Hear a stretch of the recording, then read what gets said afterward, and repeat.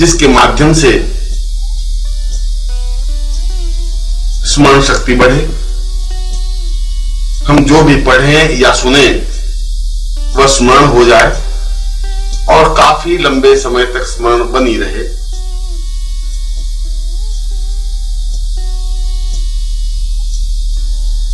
हमारे बोलने में एक गांभीर्य पैदा हो, हम जो बोले उसका प्रभाव सामने वाले पर पड़े, हम सामने वाले व्यक्ति को प्रभावित कर सकें, वह चाहे पुरुष हो चाहे स्त्री हो।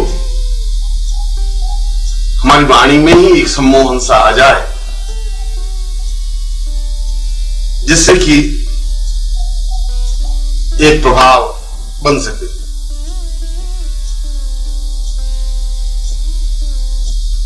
परीक्षा में सफलता या साक्षात्कार में पूर्ण अनुकूलता इस सरस्वती साधना के माध्यम से ही संभव है। इसके साथ ही साथ यदि हमें श्रेष्ठ गुरु नहीं मिल रहे हो, गुरु कृपा प्राप्त नहीं हो रही हो, गुरु की सामीप्यता अनुभव नहीं हो रही हो, तब भी यह सरस्वती साधना ही सहायक हो सकती है। और इसीलिए प्रत्येक व्यक्ति को सरस्वती साधना संपन्न करनी चाहिए। इस सरस्वती साधना के 3 आयाम हैं। एक तो गर्भस्थ बालक को चेतना देना या सरस्वती सिद्ध कराना। दूसरा, जब 5 वर्ष का बालक हो जाए तब उसकी जिह्वा पर सरस्वती बीज मंत्र कीलित करना। और तीसरा, सरस्वती साधना संपन्न कराना। ये तीनों ही आज के युग में व्यक्ति के लिए आवश्यक बन गए हैं, जो वास्तव में ही अपने बालकों को मेधावी बनाना चाहते हैं, योग्य और उत्तम बालक चाहते हैं, जो पढ़ाई के क्षेत्र में और प्रत्येक क्षेत्र में तीव्रता के साथ बढ़ सके। तो गर्भ में ही गुरु सरस्वती साधना संपन्न करा देता है। इसे गर्भस्थ सरस्वती साधना प्रयोग कहा जाता है। जब गर्भ में बालक 3 महीने से ज्यादा समय का हो जाए तब पति पत्नी दोनों को गुरु के चरणों में पहुंचना चाहिए और निवेदन करना चाहिए कि होने वाली संतान को आप अभी से सरस्वती प्रयोग संपन्न करवा दें, क्योंकि उस समय उस बालक को यदि सरस्वती प्रयोग संपन्न करवा दिया जाता है तो वह अपने आप में ही मेधावी बनकर के ही जन्म लेता है। पिछले जीवन के सारे ज्ञान को वो अपने साथ लेकर ही जन्म लेता है। यह अपने आप में उच्च कोटि का प्रयोग या साधना है जो बहुत कम योगी, सन्यासी या गुरु जानते हैं। ढोंग या पाखंड की बात तो अलग है। यह तो जितने भी साधु, सन्यासी या योगी हैं वे सभी ऐसा कह सकते हैं कि हमें गर्भस्थ बालक को चेतना देने की साधना का ज्ञान है, पर वास्तविकता में ऐसा होता नहीं, क्योंकि यह अपने आप में अलौकिक और अद्वितीय साधना प्रयोग है जो बहुत ही कम लोगों को ज्ञात होता है। पति पत्नी दोनों को गुरु के चरणों में पहुंचकर इस प्रयोग को संपन्न करने का आशीर्वाद प्राप्त करना चाहिए और गुरु इस पूरे प्रयोग को संपन्न करावे।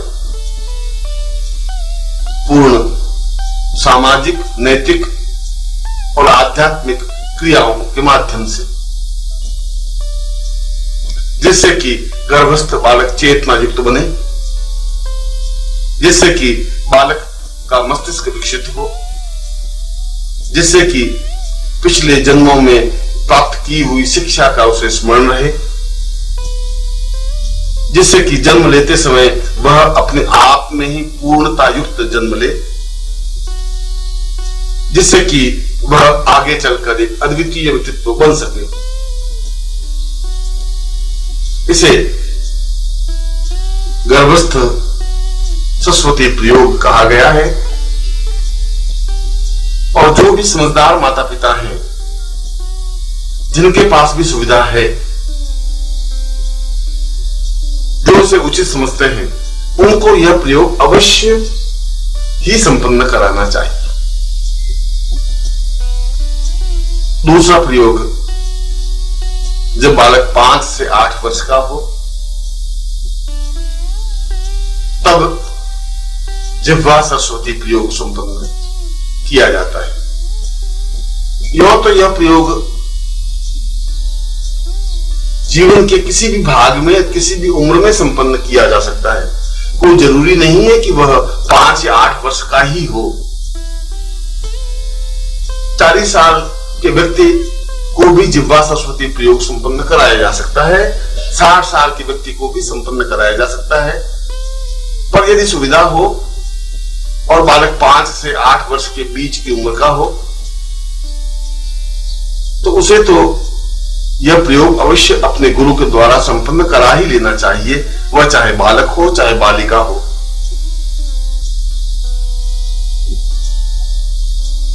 एक विशेष शुभ मुहूर्त में गुरु इस प्रयोग को संपन्न कराता है, जिसे इसका ज्ञान होता है। और वह अष्टगंध से विशेष मंत्रों के साथ, ध्वनियों के साथ, प्राण चेतना के साथ, शक्ति के साथ उसकी जिह्वा पर उस सरस्वती मंत्र का कीलन कर लेता है, जिससे स्वतः सरस्वती उसकी जिह्वा पर स्थापित हो जाती है।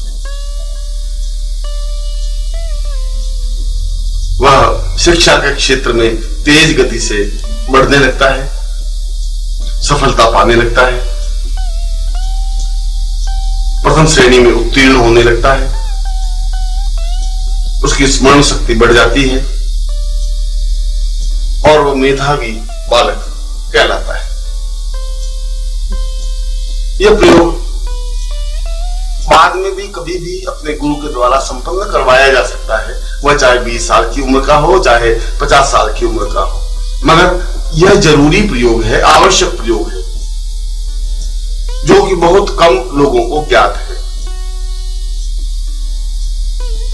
और तीसरा प्रयोग सरस्वती प्रयोग है, जो कि साधक के लिए आवश्यक है, जिससे कि वह वक्तृत्व कला में और जीवन के अन्य क्षेत्रों में सफलता पा सके। यह किसी भी रविवार से प्रारंभ किया जा सकता है। इसके लिए एक अत्यंत आकर्षक सरस्वती यंत्र की आवश्यकता होती है, जो प्राण चेतना युक्त हो, जिसमें समस्त सरस्वती के बीज अंकित हो। ऐसा यंत्र अपने आप में ही महत्वपूर्ण होता है, क्योंकि वह साधक के संपूर्ण शरीर को प्राण चेतना युक्त बना देता है, क्योंकि इस यंत्र का सीधा प्रभाव साधक पर पड़ता है। सरस्वती का चित्र हो, स्फटिक माला हो, सफेद आसन हो, सफेद धोती पहने और पूर्व की ओर मुंह करके साधक बैठे, रविवार की प्रातः से यह साधना प्रारंभ करे। यह मात्र 8 दिन की साधना है। रविवार से प्रारंभ कर अगले रविवार को यह साधना पूर्ण की जा सकती है और नित्य इसके 21,000 मंत्र जप करने आवश्यक माने गए हैं।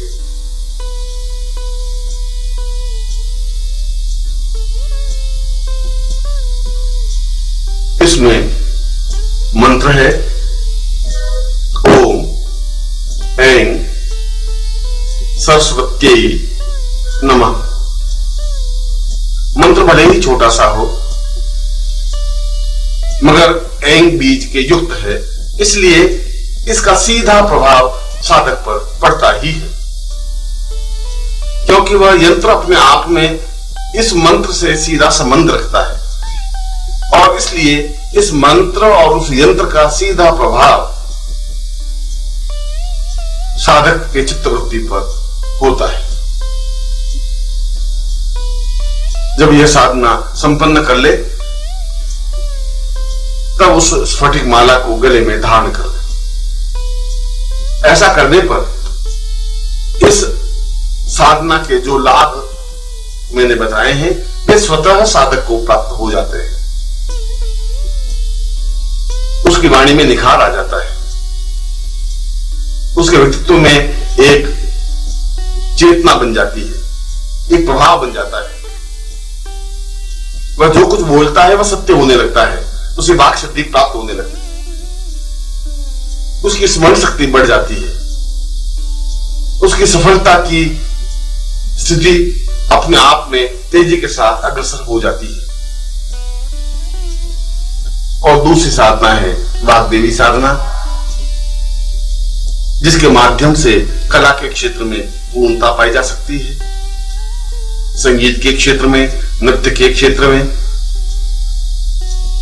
भावनाओं के चित्रण के क्षेत्र में, चित्रकला के क्षेत्र में और उन सारे क्षेत्रों में जहां सरस्वती की आराधना संपन्न होती है।